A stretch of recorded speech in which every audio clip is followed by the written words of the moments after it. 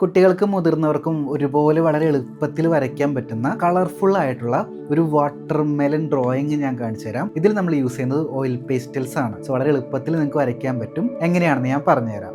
എല്ലാ ഡ്രോയിങ്ങിലും ചെയ്യുന്ന പോലെ തന്നെ ആദ്യം ഒരു പെൻസിൽ ഉപയോഗിച്ച് അതിൻ്റെ ബേസിക് ആയിട്ടുള്ള ഷേപ്പ് വളരെ നീറ്റായിട്ട് പേപ്പറിലോട്ട് വരച്ചെടുക്കുക എന്നുള്ളതാണ് നമ്മൾ ചെയ്യേണ്ടത്. അപ്പോൾ ഈ ഒരു ഷേപ്പ് നോക്കി ഏതെല്ലാവർക്കും വരയ്ക്കാൻ പറ്റുന്നൊരു സിമ്പിൾ ഷേപ്പ് അല്ലേ. സാധാരണ വാട്ടർമെലൻ്റെ അകത്ത് ഒരു ഓറഞ്ചിഷ് ആയിട്ടുള്ള അല്ലെങ്കിൽ റെഡിഷ് ആയിട്ടുള്ള കളറാണ് ഉണ്ടാവാറുള്ളത്. നമ്മളിവിടെ ഡിഫറെൻറ്റ് കളേഴ്സ് ഓയിൽ പേസ്റ്റിൽ യൂസ് ചെയ്തിട്ടുണ്ട്. പിങ്ക് യൂസ് ചെയ്തിട്ടുണ്ട്, ഓറഞ്ച് യൂസ് ചെയ്തിട്ടുണ്ട്, യെല്ലോ യൂസ് ചെയ്തിട്ടുണ്ട്.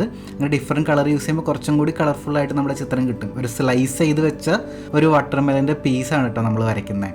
ഇനി അതർ സൈഡ് നമ്മൾ കളർ ചെയ്യുന്ന സമയത്ത് അവിടെയും നമ്മൾ മറ്റേ സൈഡ് ചെയ്ത പോലെ തന്നെ ഡിഫറെൻറ്റ് കളർ കോമ്പിനേഷനാണ് യൂസ് ചെയ്യുന്നത്. കുട്ടികൾക്കൊക്കെ ആവുന്ന സമയത്ത് ഇതുപോലെ ഡിഫറെൻറ്റ് കളേഴ്സ് ഉപയോഗിച്ച് ഒരുപാട് കളേഴ്സ് ഉപയോഗിച്ച് ചിത്രങ്ങൾ വരയ്ക്കുന്ന സമയത്ത് അവരൊരുപാട് എൻജോയ് ചെയ്യുന്നത് കാണാറുണ്ട്.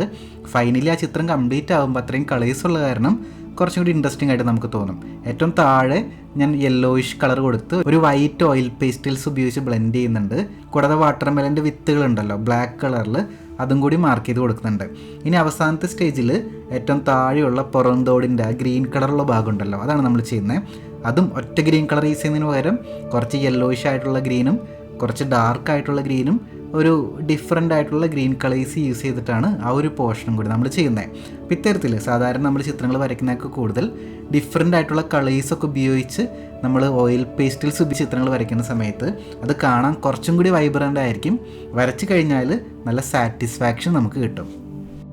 വീട്ടിലിരുന്നു കൊണ്ട് തന്നെ ചിത്രകല പഠിച്ച് നല്ല ചിത്രങ്ങൾ വരയ്ക്കണമെന്ന് ആഗ്രഹമുള്ളവർക്ക് നമ്മുടെ ഓൺലൈൻ ആർട്ട് ക്ലാസ്സിന്റെ കൂടുതൽ വിവരങ്ങൾ അറിയാനായിട്ട് താഴെ ആർട്ട് ക്ലാസ് എന്നൊന്ന് കമന്റ് ചെയ്തോളൂ. അതിനുശേഷം നിങ്ങളുടെ ഇൻബോക്സിലോട്ട് നിങ്ങൾക്ക് യോജിച്ച കോഴ്സ് സെലക്ട് ചെയ്യാനുള്ള നെക്സ്റ്റ് സ്റ്റെപ്സ് ഞാൻ അയക്കുന്നുണ്ടായിരിക്കും. സോ ആ സ്റ്റെപ്പ് ഫോളോ ചെയ്യുക, എന്നിട്ട് ക്ലാസ്സിലോട്ട് ജോയിൻ ചെയ്യുക.